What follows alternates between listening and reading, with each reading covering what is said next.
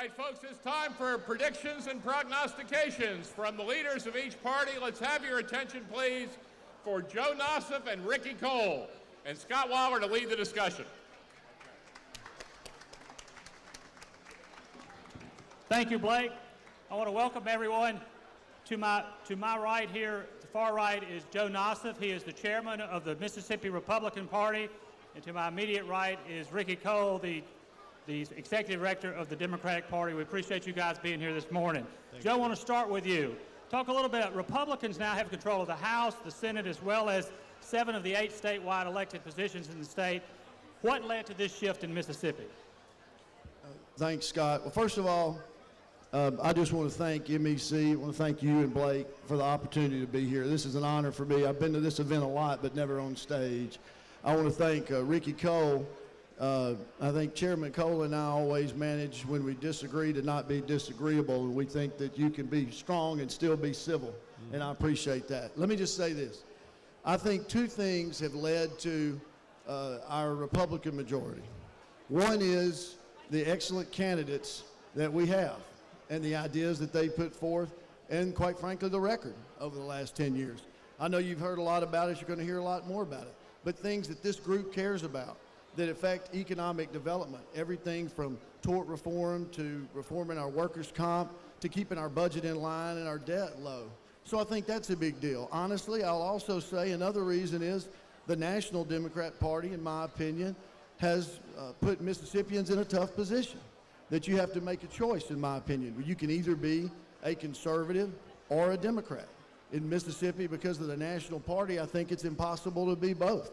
If you look at the Democrat National Convention, I know MEC is not focused as much on social issues, but I know a lot of Democrats were horrified to see 3 votes in a row against God and Jerusalem in the platform. Now, that's something that impacts not only the electorate, but it impacts our candidates as well. And so let me just say, in the last 5 years, we've had almost 60 Republicans, new Republicans to switch from the Democrat Party. And I think the reason for that is because of the views of the National Democrat Party, which is making the choice in places like Mississippi that are conservative clear. So I think it's the strength of our candidates, our record, and the impact of some of the views of the National Democrat Party, in my opinion. I'm sure Rickey will disagree. Rickey, in recent years, Democrats have seemed to focus really on local elections. Going forward, do you see a change in this strategy? Well, there's an old joke from Will Rogers who said, I'm not a member of an organized political party, I'm a Democrat. And that joke hadn't been funny to me for a while. We've given away a lot of elections, Scott, because we haven't been organized and haven't been structured in an effective way to compete with the Haley Barbour machine, the organization that the Republicans have built in Mississippi.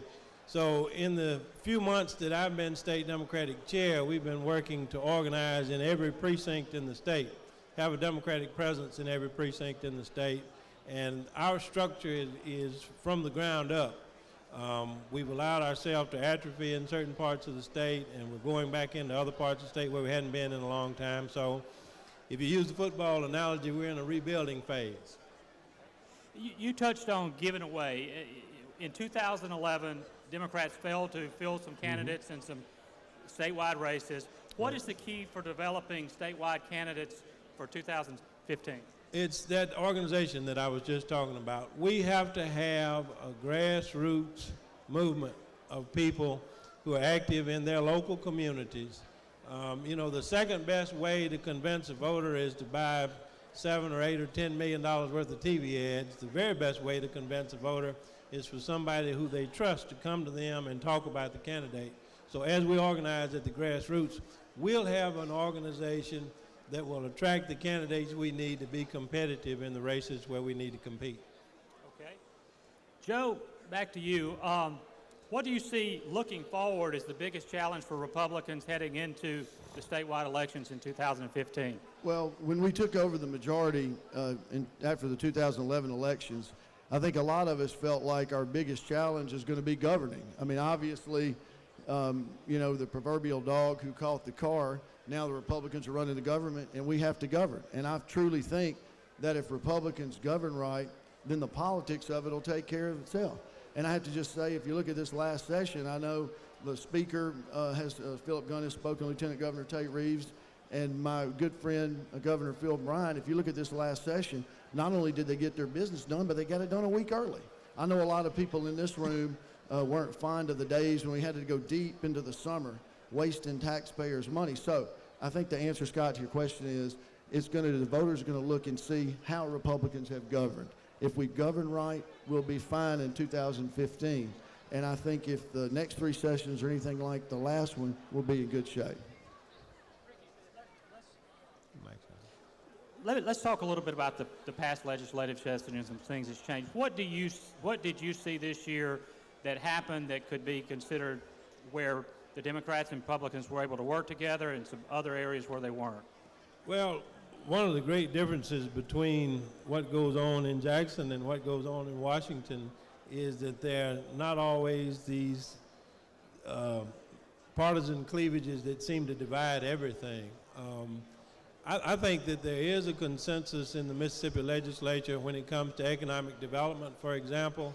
I'm particularly pleased to see the emphasis on health care in the MEC blueprint that we've got here in front of us today. I am concerned, and I think all Mississippians are concerned, that health care costs are something like 1/7 or 1/6 of our entire economy now. We're getting really close to the point to where one day out of the week that we're working to pay for our health care and somebody else's. And that's unsustainable. So it's my belief and my hope that Democrats and Republicans in the Mississippi legislature, and hopefully the Democrats and Republicans in Washington, can get a handle on health care in a way to where we will emphasize preventive care and we'll reduce some of the costs that are built into the system that we have now. It's a cost-heavy system, and every employer knows that.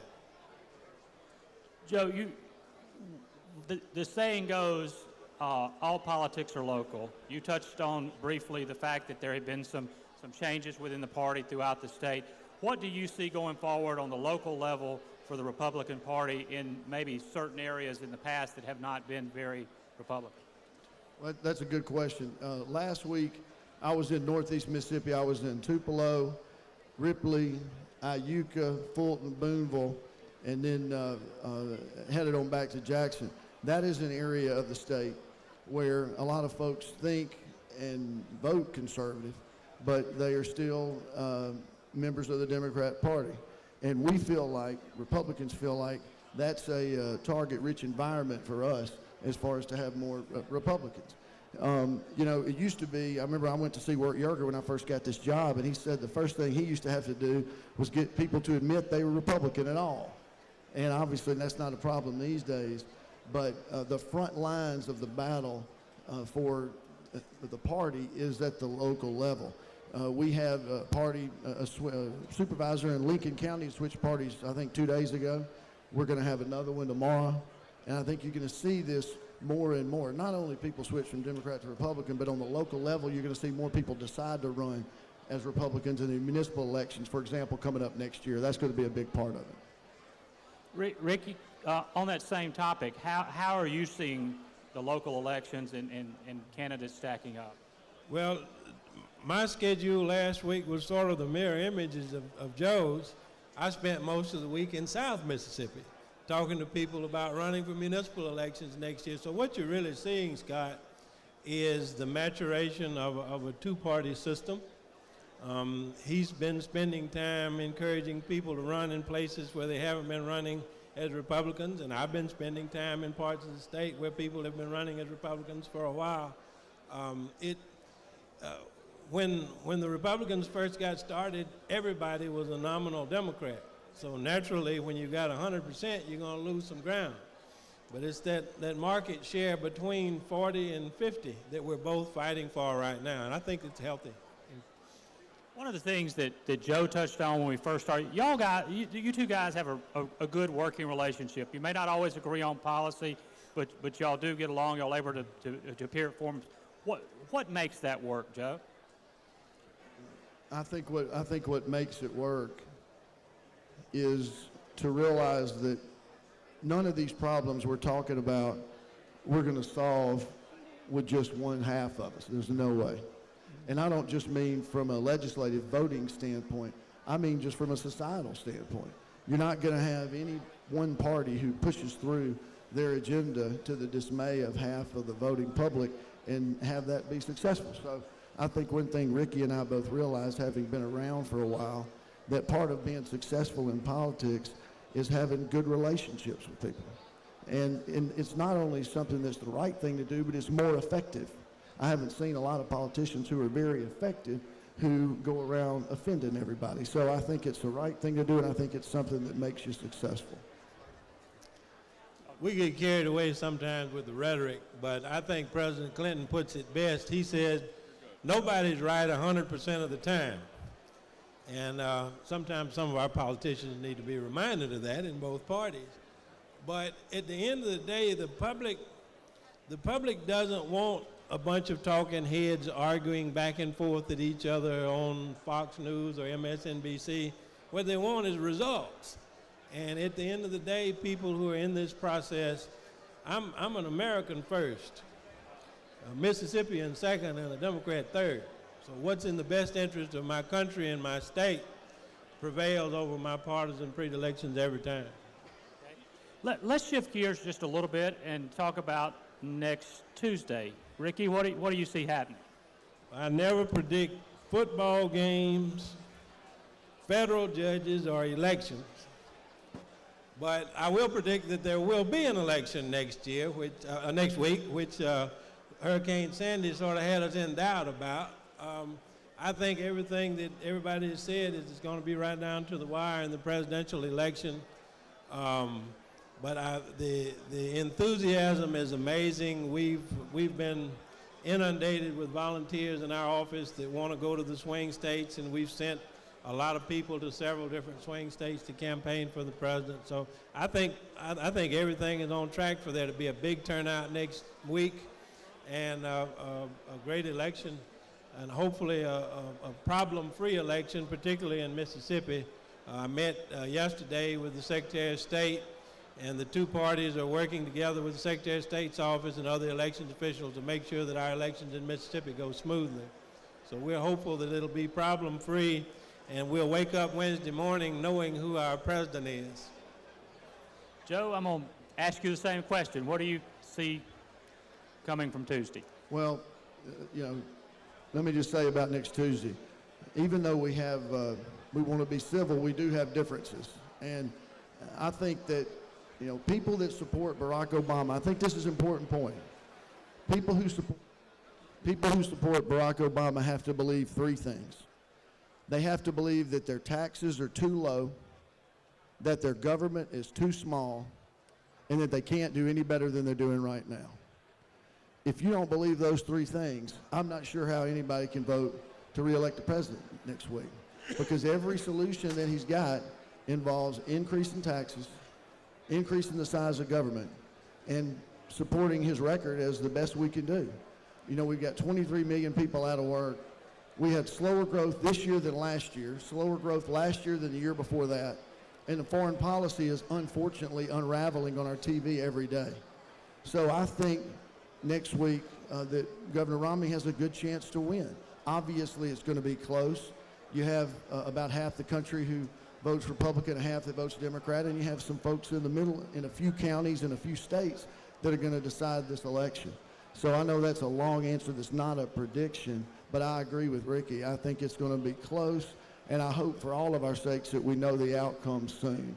Rickey, you said you didn't like to make a prediction, but how many swing states do you see out there right now? Well, it depends on which TV station you watch. It depends on which poll you read and what time of day it is. Everybody talks about Ohio, Florida, maybe Virginia. I don't know. I do wish to say that I'm not particularly enamored of our current system with the Electoral College that limits it down to a handful of people in 3 or 4 states who decide who our next president is. I wish that every vote in this country were equally influential in the presidential election, in the general elections, and it's just not that way now. And I find that unfortunate. I think it changes the tenor and tone of the campaign, but that's way above my pay grade and probably even above Joe's. My pay grade is 0, so I can tell you it's above mine. Joe, any particular state that we should be watching on Tuesday? Look, obviously, Florida is important, even though people have talked lately, I guess, in a way that seems it's more in Romney's favor. Obviously, Ohio is a big deal. But, you know, I think a lot of people, and I hate to play analyst, but I think some people feel that it's either going to be a very close race that Barack Obama will win, or it's going to, or Mitt Romney will win by a little bit of a larger margin, because he's got to win several of the states in order to get enough electoral votes. So, you know, nobody knows how the hurricane is going to factor in. Obviously, those of us in Mississippi, particularly South Mississippi, are thinking about those folks and understand what they're going through. But there's a lot of dynamics in play, and we still could have something come up in foreign policy in the next week. So I think it's going to be close, and it's going to end up coming down to turnout like it usually does in a close race. Okay. We have a few minutes left. I'd like for each of you to take a couple of minutes just with some closing remarks. In the spirit of the recent debates, we had a coin toss to see who would go first. Joe won the coin toss and deferred to Rickey. So Rickey, a couple of minutes just to close. I appreciate the Mississippi Economic Council for putting this function on. There have been 11 of these now, Scott, and I've been to most of them.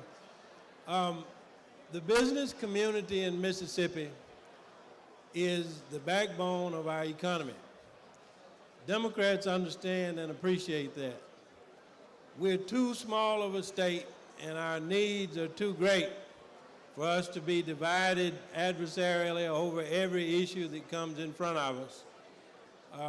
There's a wonderful line from the scripture that has a lot of currency in my family, because hard as this may be to believe, we don't all get along all the time.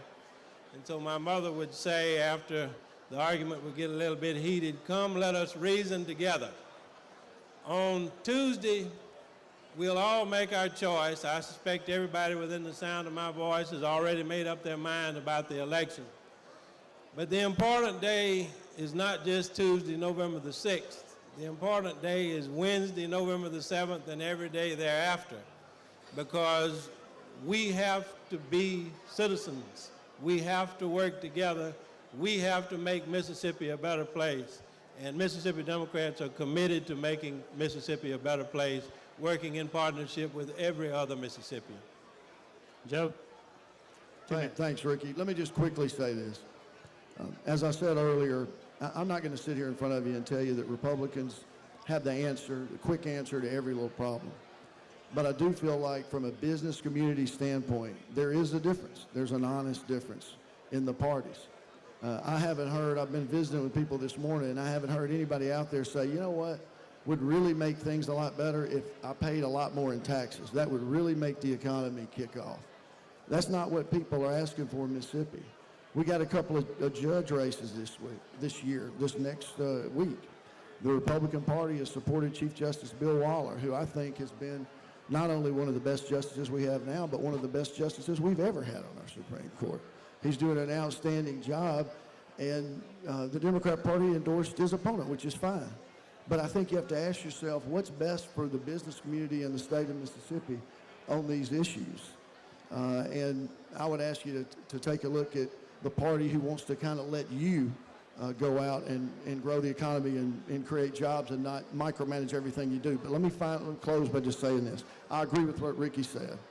On Wednesday, no matter what happens, this country has got huge problems that we've got to tackle. I mean, the day of reckoning is here on things like the national debt and how we're viewed in the world. And one thing I know for sure, there's no way those problems can be solved unless we're all truly working together. I know I'm going to be a part of that, and I appreciate the opportunity to be here today and talk to y'all. Thanks. Well, again, thank both of you guys for doing it. Let's give them a big Hobnob round of applause.